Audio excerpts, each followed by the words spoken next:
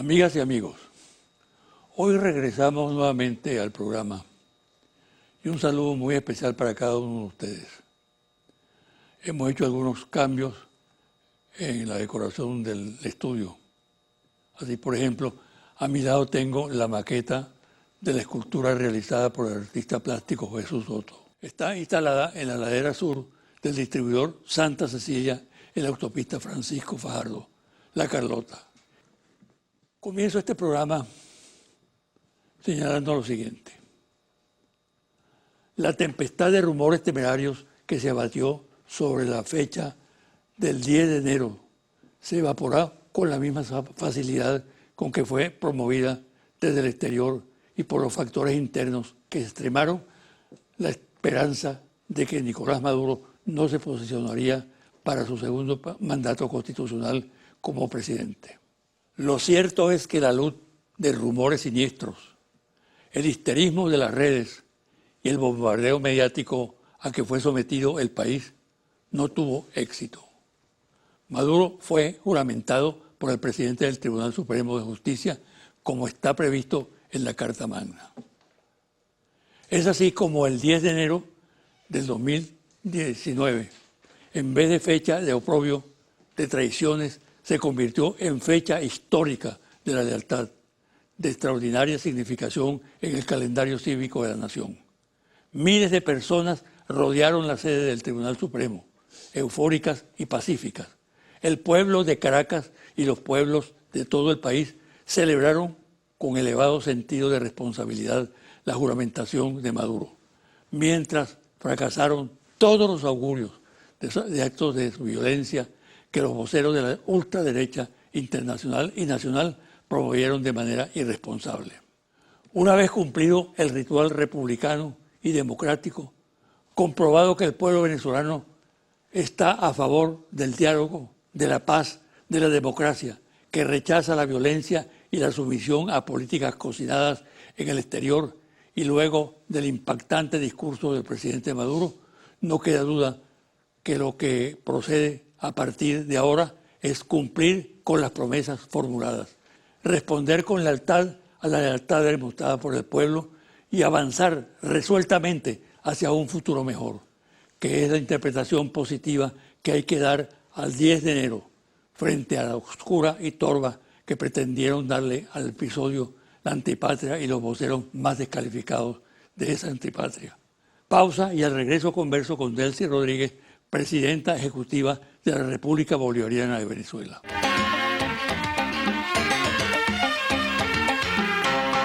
Mi invitada de hoy, la vicepresidenta ejecutiva de la República Bolivariana de Venezuela, Delcy Rodríguez Gómez. ¿Está bien? Gracias, doctor. Bienvenida, ¿sabes? Feliz año también. Siempre pensé en comenzar este año contigo. Gracias. Aunque tú eres dura para atender a las entrevistas, ¿oíste? Es verdad. Mira, hay 3 temas o 3 episodios ocurridos en las últimas semanas. Una, la juramentación del presidente para la segunda presidencia ante el Tribunal Supremo, lo que significó el 10 de enero. La manera como la oposición y los Estados Unidos y todo ese conjunto de factores que se han puesto de acuerdo para atacar a Venezuela consiguieron esa fecha. Luego, la visita o la participación del presidente Maduro ante la Asamblea Nacional Constituyente. Y, en tercer lugar, la lealtad expresada por los mandos militares en una ceremonia muy impactante en Fuerte Tiuna. Comencemos por el primero, por el 10 de enero. Y por los 3 también, porque sin duda alguna son 3 eventos que marcan el hilo constitucional de la paz que trajo el proceso electoral constituyente.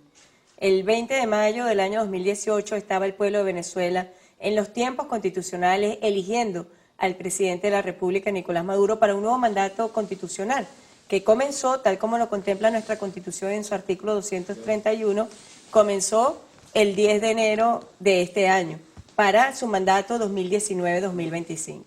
Luego lo que fue, bueno, su participación, el juramento que le hace la Fuerza Armada Nacional Bolivariana en la doctrina bolivariana, en el legado que significa el respeto por el legado del comandante Hugo Chávez, en la concepción antiimperialista de nuestra Fuerza Armada Nacional Bolivariana, el juramento que le hacen al presidente como comandante en jefe de la Fuerza Armada, pero también como líder de un proceso que es hoy asediado por fuerzas imperiales. Eso tiene una carga simbólica muy fuerte, lo que es el respeto por parte de la Fuerza Armada Nacional Bolivariana hacia su comandante en jefe, pero también trae la tradición histórica de la unión cívico-militar en la defensa de los procesos de independencia de Venezuela.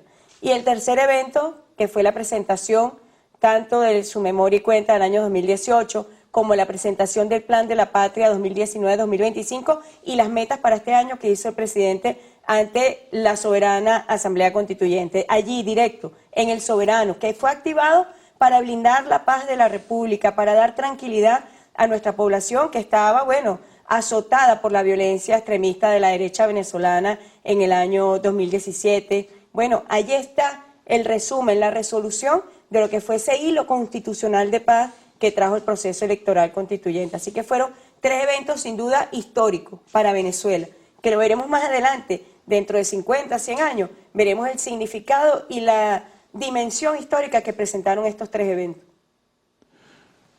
El 10 de enero fue concebido por los enemigos del proceso, por la derecha, sobre todo por Estados Unidos, como el momento oportuno para desalojar a Maduro del poder y acabar con el proceso bolivariano. Por eso la tremenda publicidad y propaganda y la manera como planteaban la posibilidad de que Maduro se abstuviera de juramentarse o que fuera derrocado o que la Fuerza Armada lo detuviera o que se lanzaran miles de manifestantes en la calle a repudiar esa fecha. Nada de eso ocurrió, no. Una vez más, fracasó la política de la oposición. ¿Por qué fracasó? Discúlpeme que lo diga en estos términos infantiles, pero es que parece el plan de Pinky Cerebro, porque tanto el Cartel de Lima, dirigido por los Estados Unidos, como la derecha extremista venezolana, siempre, todos los días, llevan a sus seguidores de fracaso en fracaso, porque siempre tienen una fecha catastrófica, una fecha donde para ellos, como lo vendieron el 10 de enero, era el fin de Venezuela, era el fin del mundo. Y ahí está la juramentación, con el apoyo mayoritario de todos los sectores mayores, de mayor connotación social, económica y política de Venezuela, estuvieron presentes allí, con presencia de connotados invitados internacionales. Yo jocosamente comparaba lo que fue la toma de posesión de este presidente neofascista en Brasil. ¿Quiénes asistieron a esa toma de posesión? Más allá del sionismo representado en algunas de sus autoridades. ¿Quiénes participaron en esa toma de posesión? ¿Y quiénes estuvieron presentes, quiénes fueron invitados y atendieron la invitación en la juramentación del presidente Nicolás Maduro? Ahí está la respuesta de lo que representa esta política fracasada de Washington, como lo ha dicho el presidente Nicolás Maduro. Fue una política fracasada de Bush, fue una política fracasada de Clinton, fue una política fracasada de Obama y están yendo por un camino estruendosamente fracasado en esta administración del presidente Trump, porque están repitiendo los mismos catálogos, están repitiendo los mismos guiones y se sirven, me disculpa que lo diga de esa manera, se sirven de los mismos lacayos nacionales para atentar contra los intereses de Venezuela, para atentar contra los intereses cotidianos de la población venezolana. Así que es un fracaso la política estadounidense hacia Venezuela, que instrumenta a través de gobiernos satélites, que instrumenta a través de esta derecha fracasada, ya prácticamente inexistente, porque hemos llegado a unos niveles tan indignos como es que a un dirigente político venezolano lo dirijan desde Bogotá, o lo dirijan desde Lima, o lo dirijan desde Washington. Es realmente vergonzoso cuando le dicen a esos políticos qué es lo que tienen que hacer.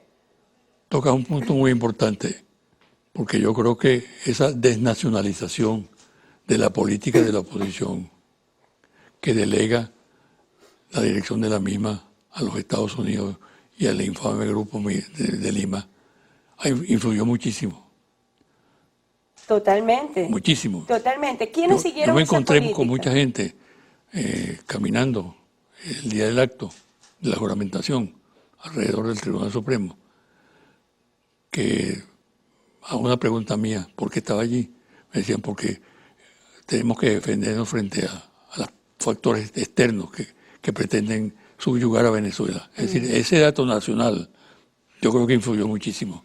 Claro, históricamente el proyecto de la derecha venezolana ha sido antinacional, pero aquí se quitaron la careta y de frente fueron contra los intereses de Venezuela directamente. Es un proyecto antinacional, desde su génesis hasta su desarrollo más grosero y bárbaro como lo estamos viviendo ahorita. Pero si usted va a lo interno de la oposición, doctor, vayamos a lo interno de la oposición. Los partidos que en su origen levantaron más la bandera de los Estados Unidos, como Voluntad Popular, como Primera Justicia, hoy ni siquiera son partidos. No pudieron validarse como partido en el último proceso electoral, lo cual les demuestra a ellos que es una política que no tiene futuro, que por más que exista un grupo en Venezuela de personas que piensan distinto al proyecto bolivariano, bueno, no están dispuestos a prestarse al bloqueo criminal contra Venezuela, no están dispuestos a prestarse a una invasión militar contra Venezuela. Y ellos saben, doctor, que por más que es un fracaso frente a sus seguidores, tienen un solo amo y un solo señor al cual deben atender y al cual deben obedecer, que es la política belicista que se desarrolla desde el Pentágono y desde la Casa Blanca contra Venezuela. ¿Qué otro factor crees tú influyó en esa derrota? Porque bueno, sin duda la división entre ellos. Nunca se pueden poner de acuerdo. Lo único que a ellos los anima siquiera a hablarse entre ellos es el odio que le tienen al proyecto bolivariano, que le tienen al proyecto de nuestro libertador Simón Bolívar, es el odio que le tienen al comandante Hugo Chávez y es el odio además de clase que le tienen al presidente Nicolás Maduro. Eso es lo único que los anima siquiera a hablar, porque ni siquiera es que los une, no, los anima a hablar. Pero es uno de los graves errores que también tiene la oposición venezolana y que el país debe cargar con esos errores, porque tienen que venir sus jefes directamente a tomar cartas en el asunto. Y entonces usted ve a un señor que desde Bogotá le dice a un diputado qué es lo que tiene que hacer, qué es lo que tiene que decir. Es una vergüenza internacional, pero además desdeña nuestra historia, es una expresión de la ignorancia profunda, al igual que quienes le dan las órdenes, es una ignorancia profunda de lo que animó el espíritu indestructible, invencible que tiene el pueblo de Venezuela. Lo desarrollo, es decir, ¿qué hará la oposición? Perseverar en los errores que le han conducido a este estado de postración total. ¿O habrá algún propósito de enmienda, de corrección del rumbo? Con lo segundo estamos de acuerdo muchos venezolanos. Ojalá se diera un rumbo distinto en el campo de la oposición. Porque en una democracia el factor oposición es determinante. Pero la contumacia con que actúa la oposición en Venezuela aleja esa posibilidad. Tú como oráculo, ¿qué piensas? Le puedo decir que la persistencia de esta oposición extremista no tiene futuro. Es imposible que lo tenga porque ellos mismos se ponen una pared al frente como políticos. O sea, ¿qué es la política sino la posibilidad de diálogo, de comunicación, de negociación, de intercambio, de llegar a acuerdos? Ahora, ¿cómo llega usted a un acuerdo cuando usted mismo puso una pared? A ellos no les queda otra cosa que estrellarse todos los días contra esa pared. Una persona que se cree que es presidente porque gobierna desde un carro, bueno, obviamente no está en sus cabales, está viviendo su propia realidad, que no es la realidad del país. Pero yo sí le voy a decir cuál es la realidad del país y qué es lo que viene para el país. Como lo dijo el presidente en su presentación ante la Asamblea Constituyente, sus principales objetivos: defender y preservar la paz, la estabilidad y la tranquilidad de la República, la tranquilidad política, la tranquilidad económica, la tranquilidad social de toda nuestra población. Uno de los objetivos fundamentales. El segundo objetivo fundamental, el programa de recuperación económica, crecimiento y prosperidad, justamente para batallar contra todos esos factores que desde Washington atentan contra el bienestar económico y social de nuestra población. El tercer objetivo, mantener el sistema de protección social, justamente ¿para qué? Para dar protección a los sectores más vulnerables, porque es sin duda, doctor Rangel, la guerra económica, la agresión económica en sus distintas dimensiones, fases, etapas, como la querramos describir, que atenta directamente contra el ciudadano, con la hiperinflación, con desabastecimiento. Bueno, son elementos que están siendo abordados desde un plan integral, como bien lo presentó el presidente en el mes de agosto del 2018 cuando lo lanza al país. Ha dado avance, queda mucho por hacer, hay importantes desafíos que atender y que serán atendidos. Y el cuarto elemento, bueno, algo que lo siente el venezolano y lo siente el presidente de la República, y es desde la función pública, desde la función administrativa, combatir la indolencia, combatir la burocracia, combatir la corrupción. Son elementos fundamentales porque es lo que el presidente llama, es nuestro imperialismo interno, que permite que avancen sectores retrógradas hacia un plan neoliberal. Así que con esos objetivos muy claros, ese es el futuro, ahí está Venezuela. Hace apenas unos días el presidente juró, conforme al artículo 231 de la Constitución, e inmediatamente está gobernando. Solamente para tener un ejemplo, esta semana lanzó un plan de gran relevancia para el país, el Plan Venezuela Bella, donde se conjugan distintas misiones, donde además está dirigido al bienestar directo del ciudadano en el hábitat, mejorar su hábitat, su bien vivir, llevar la satisfacción en los espacios públicos para que sea el encuentro de bienestar entre todos y entre todas. Bueno, ahí está la gran misión Venezuela Bella. Y luego un importante acto con médicos venezolanos. Poco se dice, pero en el año 2018, doctor Rangel, repito, poco se dice en esta especie de bullying mediático que hay contra el país, hubo importantes avances en la salud. Así que con esos avances, bueno, nosotros vamos a metas superiores en el año 2019. ¿Pero para qué? Junto al pueblo, porque no se trata solamente de un gobernante o de un funcionario. La revolución toda supone que cada ciudadano, cada ciudadana, tenga conciencia de la necesidad que tenemos de obrar conjuntamente. Como lo ha dicho el presidente, no soy solo yo, es también contigo, eres tú, cada uno de nosotros, que tiene que poner de sí para que avancemos y superemos en el marco de estos sectores extremistas que quieren agredir a Venezuela de forma muy terrible, que superemos juntos todas nuestras dificultades. ¿Qué hará el chavismo? ¿Qué hará el gobierno? Aparte de defender la Constitución, de poner el acento en la búsqueda de la paz, se podría presentarse una situación en la cual, a pesar de lo crispado de la situación y de hechos que han ocurrido últimamente que dividen, separan más bien, de que con un poco de buena voluntad por parte de la primera fuerza política del país, que es el chavismo indudablemente, y un presidente sólidamente consolidado, puede tener un gesto para hacer realidad el diálogo. Totalmente. El presidente no se cansa de ratificarlo. El presidente permanentemente llama al diálogo. Bueno, cosas que no se sabe, hace gestos para el diálogo, para el encuentro con aquellos sectores que todavía piensan de la oposición que debe preservarse la vida democrática de Venezuela, que debe preservarse la integridad territorial de Venezuela. Bueno, usted vio lo que fue el apoyo al infame comunicado del Cartel de Lima, donde entregaban el mar jurisdiccional de Venezuela, donde comprometían los intereses propios de nuestra nación, donde apoyaban lo que ha sido la posición en la controversia sobre el territorio Esequibo por parte de Guyana. Es decir, hemos llegado a unos límites de unas personas, repito, porque ya ni siquiera son partidos políticos, que se atreven a respaldar que Venezuela entregue su territorio jurisdiccional, donde no existe controversia alguna. Es decir, hemos llegado, doctor Rangel, a posiciones extremas con un sector minoritario, felizmente minoritario, felizmente que no tiene la posibilidad, la capacidad y el poder para decidir sobre nuestros derechos legítimos, que no tiene la posibilidad de entregar nuestro territorio. Así que esa derecha, insisto nuevamente, no tiene futuro. Y no solamente no tiene futuro, ya está fracasada en su génesis. Comenzaron siendo algo y terminaron siendo la nada.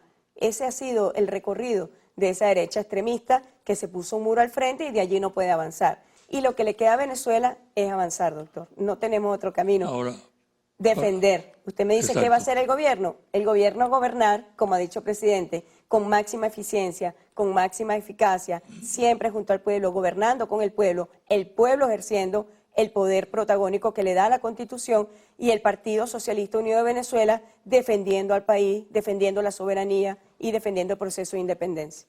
Ahora, para el sector del país que tiene o dice tener vocación de diálogo, que quiere dar una respuesta a la irracionalidad de esa política que se venía adelantando en el terreno de la oposición.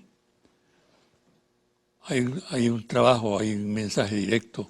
Permanentemente, doctor, incluso con todos los puntos sobre la mesa, porque se trata de la vida democrática de Venezuela, lo que está en juego. Se trata de preservar nuestra integridad como pueblo, como país. Así que todo está puesto sobre la mesa para que con cualquier sector opositor, bien sea opositor político, económico, social, se mantengan todos los canales de comunicación y de diálogo. Es imprescindible, además. Exacto. Hay problemas serios de tipo económico, Correcto. ¿no? El conjunto de la sociedad se siente golpeado en lo económico. De acuerdo con lo que ocurrió últimamente, pareciera que la única respuesta que tiene el gobierno es la de los aumentos salariales. Nadie se puede oponer a un aumento salarial, menos nosotros. Pero pareciera que esa no es la fórmula que puede corregir la inflación, porque la respuesta que hay inmediatamente que se decreta un aumento es brutal. Es quintuplicar o sextuplicar las ganancias. Y algo que valía 100 bolívares o 200, al día siguiente un aumento salarial vale 500, 800 o 1000. ¿Tiene conciencia el gobierno realmente de lo que está pasando en ese sentido? Porque ocurren los hechos y se persiste en esa política. Si es la justa, la correcta, ya estaríamos viendo algunos beneficios. Hasta ahora no se ven. Absolutamente. Con total propiedad le puedo decir que no solamente tenemos conciencia, sino que habrá sorpresas en los próximos días, que no se le imaginan aquellos sectores que le hacen la guerra al pueblo. Porque fíjese lo que ocurrió. El 10 de enero, ¿qué pasó con el dólar criminal? Un aumento que no tiene ninguna explicación macroeconómica, que no atiende ni siquiera las leyes de un mercado, absolutamente nada, era solamente un componente político. Cuando usted mide lo que fue la tasa de ese dólar criminal desde el año 2012 hasta el día de la juramentación del presidente de la República, y el repunte es una cosa espantosa, usted sabe que ahí está el componente político para afectar la estabilidad económica de la República. Cuando usted me dice a mí el aumento salarial, bueno, forma parte del sistema de protección justamente para nuestro pueblo, es buscar un salario de equilibrio que en términos económicos no tenga un impacto en la masa monetaria que circula, pero que al mismo tiempo brinde al trabajador y a la trabajadora la posibilidad y la capacidad de adquirir bienes y servicios. Eso por un lado. Hay otras medidas que el presidente ya lo ha dicho, vendrán y van a venir muy pronto, no se las imaginan, los van a sorprender, pero porque llegaron ya al límite. Cuando usted ve que se atreven a algo tan grosero como eso. No creo que tú puedes decirle que será, no. decir algo, ¿no? No. Solo le digo con certeza que vendrán medidas para atender a quienes le hacen la guerra económica al pueblo. El día que el presidente de la República en la Constituyente hizo el anuncio del ajuste de la unidad de cuenta Petro, al día siguiente no había salido un bolívar más a circular. Y al día siguiente estaban los comercios ajustando precios. ¿A qué se debe eso? Como agente económico no están actuando con una racionalidad económica, están actuando con una irracionalidad que afecta a toda la población. Y el pueblo de Venezuela, doctor Rangel, tiene conciencia de eso. Así que, bueno, yo lo único que les puedo decir que en los próximos días habrán sorpresas y habrán sorpresas muy contundentes en este sentido. No han funcionado los acuerdos con los empresarios. Con los empresarios estamos en permanente comunicación y el Pero llamado, los acuerdos que se establecen, del presidente a mantener una mesa permanente de diálogo, de acuerdo. Ahí está el esquema de los precios acordados. Bueno, ya nosotros estamos nuevamente sentados. Lo que sí, aquellos sectores, doctor Rangel, que se atrevan a pretender imponer una agenda golpista en el sector económico, bueno, tendrán que atenerse al orden jurídico de Venezuela. Si hay algo que a mí me da mucha satisfacción dentro de este teatro que ha montado la oposición venezolana siguiendo instrucciones de sus dueños de Bogotá y de Washington, si hay algo que a mí me da satisfacción es saber que no es la realidad que impera, que hay otra realidad, que es la realidad de Venezuela, que es la realidad de la Venezuela que quiere construir, de la Venezuela que quiere trabajar. Yo imagino que todo el personal que está aquí, justo en esta entrevista, quiere trabajo, no quiere guerra, ¿verdad? Quiere paz para poder venir a su trabajo, no quiere una guarimba para que le impida venir a hacer una entrevista. Lo que queremos la mayoría, la vasta mayoría de los venezolanos, es trabajar y superar nuestros problemas económicos. Saber que con todos los recursos que tiene Venezuela, estamos llamados, destinados a ser una potencia como país. Es inevitable, tenemos que trabajar hacia esa dirección y tenemos con qué. Tenemos mucho pueblo para hacer eso y tenemos todos los recursos, bueno, que existen en nuestra patria. mira, Delcy, sectores de la oposición han cambiado el discurso con respecto a la Fuerza Armada. Después que la vituperaron, ofendieron, dijeron cuánto barbaridad se le ocurrió, ahora la están elogiando mucho, ¿no? ¿Puede plantearse un golpe militar en Venezuela? No, lo ha dicho el presidente. Ellos pretenden un disturbio militar. El golpe militar no es posible, doctor Rangel, porque esta Fuerza Armada Nacional Bolivariana, de doctrina bolivariana, antiimperialista, remite a la esencia pura de nuestro ejército libertador. ¿Cómo pretende esa oposición que atiende es el llamado monroísta de Washington y de Bogotá, que como usted bien sabe, su presidente y su vicepresidenta ahora dicen que no fue la espada del Libertador quien les dio la independencia, sino que fue Monroe? ¿Cómo pretenden ellos que nuestra Fuerza Armada Nacional Bolivariana se rinda ante sus pies o se rinda ante la bandera de los Estados Unidos o se rinda ante el proyecto expansionista de Monroe? Es imposible. Ellos ahí tienen nuevamente una pared, no cesan en su empeño, por distintas vías, lo que usted dice, a través del halago o como permanentemente les han dicho, que son unas prostitutas. Así se han referido hacia nuestra Fuerza Armada Nacional Bolivariana sin querer ahondar más allá de otras especies terribles a las cuales califican a nuestros soldados de la patria. Así que yo les puedo decir, ellos buscarán un disturbio, pero que nuestra Fuerza Armada Nacional Bolivariana, heredera de la gloria de Simón Bolívar, heredera de la gloria de Miranda, de Ayacucho, ¿cómo? Solamente es reflejo de su propia ignorancia, no le puedo decir más. Hay versiones acerca de una invasión y hay movilizaciones militares en el Caribe. Y hay lo que es más contundente desde el punto de vista que se observe, el lenguaje que los altos funcionarios de Washington tienen con respecto a Venezuela.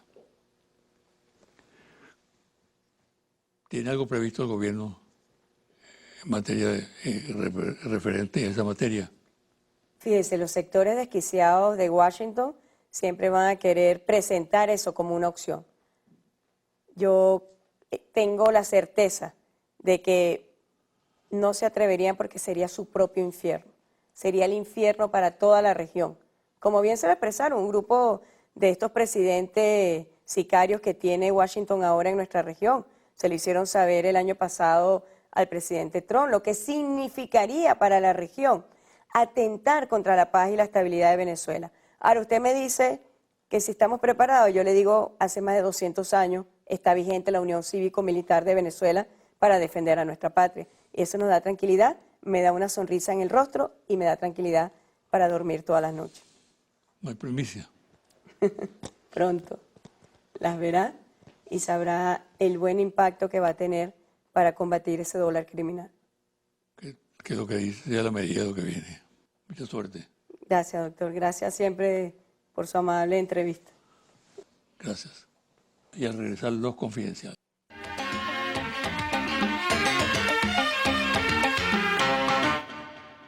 A mi lado tengo la procesión de la Divina Pastora. Esta pintura fue realizada por el maestro Jesús Armando Villarón, devoto de la Divina Pastora. El 14 de enero se celebró en el santuario de Santa Rosa de Barquisimeto la gran misa de la Divina Pastora, seguida por una enorme multitud de peregrinos. Y ahora los confidenciales. En el gobierno de Jair Bolsonaro, el general Hamilton Antonio Martins Murao fue jefe del Comando Militar del Sur durante año y medio, comando de divisiones del ejército en Río Grande do Sul y Amazonas, y participó en misiones de paz en Angola. Se conoce que mantiene amistad con militares venezolanos cuando cumplió funciones como agregado militar de Brasil en Venezuela. Este importante jefe militar y en la actualidad vicepresidente de Brasil pronosticó un golpe de Estado en Venezuela durante la campaña electoral que le dio el triunfo a Bolsonaro. John Bolton, consejero de seguridad del presidente Trump, ha estado alentando al presidente Bolsonaro, según fuentes periodísticas de Brasil, para iniciar provocaciones militares al norte del país, específicamente en la frontera con Venezuela. Esta actividad está en manos del hijo de Bolsonaro, Eduardo, quien mantiene estrecha relación con el senador norteamericano Marcos Rubio, uno de los dirigentes más activos de las campañas contra el gobierno venezolano. La reconstitución del eje Washington-Brasilia constituye parte fundamental de la política exterior del nuevo gobierno de Brasil, que marca un giro neoconservador en el escenario regional y tendrá implicaciones globales. En ese marco, el mandatario norteamericano parece haber encontrado en Bolsonaro un aliado en su disputa global con China y países sudamericanos, como Venezuela, Cuba, Bolivia, y el sesgo soberano que Andrés Manuel López Obrador le está imprimiendo a la política exterior de México.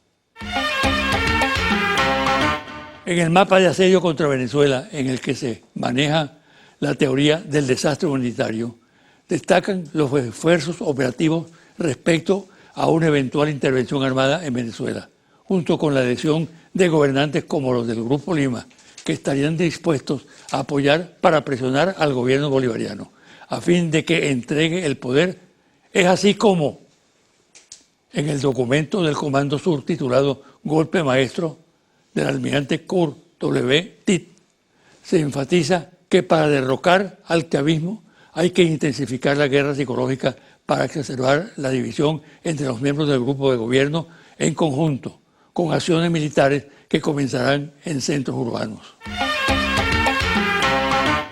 En el tablero geopolítico de la región no se descarta una acción militar y operación de bandera falsa contra Venezuela, en la cual el Estado colombiano sería el principal operador, política que es rechazada mayoritariamente por sectores políticos y sociales del país. Un seguimiento que realizan organismos especializados en el tema Colombia sobre el auge de la droga, el incremento de la siembra y exportación del producto, todo lo cual determina que cerca del 70% del consumo en Norteamérica se abastece de Colombia. Tiene que ver con el trabajo conjunto que realizan paramilitares y parte del Estado colombiano a través de compromisos contraídos con jefes políticos importantes, incluyendo a los expresidentes Álvaro Uribe, Juan Manuel Santos y al actual mandatario Iván Duque. Entre los factores que participan en el negocio de la droga existe gran armonía y respeto por los espacios de cada uno de esos factores. ¿Por qué será que al actual presidente de Colombia, Iván Duque, lo llaman el ángel de la guarda de Odebrecht? Según las versiones que circulan, porque se le acusa en Colombia de haber recibido sobornos a través de un esquema de la empresa brasileña en Colombia, con el candidato presidencial Oscar Iván Zuluaga, Las autoridades norteamericanas conocen el hecho y lo utilizan como elemento de presión. Confidencial al cierre. Ficha técnica, 1.580 entrevistas directas en hogares en todo el país del 07 al 16 de enero 2019. Resultados. A continuación le voy a mencionar una lista de dirigentes de la oposición venezolana y usted me dirá primero si lo conoce o no lo conoce. Y si lo conoce, me dirá si tiene una opinión favorable o desfavorable acerca de esa persona. Juan Guaidó Márquez, 81% no lo conozco, 5% desfavorable, 11% favorable, 3% no tengo opinión. Julio Borges, 2% no lo conozco, 80% desfavorable, 16% favorable, 2% no tengo opinión. Henry Ramos Ayub, 1% no lo conozco, 75% desfavorable, 21% favorable, 3% no tengo opinión. Enrique Capriles Radosky, 1% no lo conozco, 75% desfavorable, 22% favorable, 2% no tengo opinión. Henry Falcón, no lo conozco, 2%, 71% desfavorable, 23% favorable, 4% no tengo opinión. Leopoldo López, 1% no lo conozco, 63% desfavorable, 33% favorable, 4% no tengo opinión. María Corina Machado, 1% no lo conozco, 65% desfavorable, 29% favorable, 5% no tengo opinión.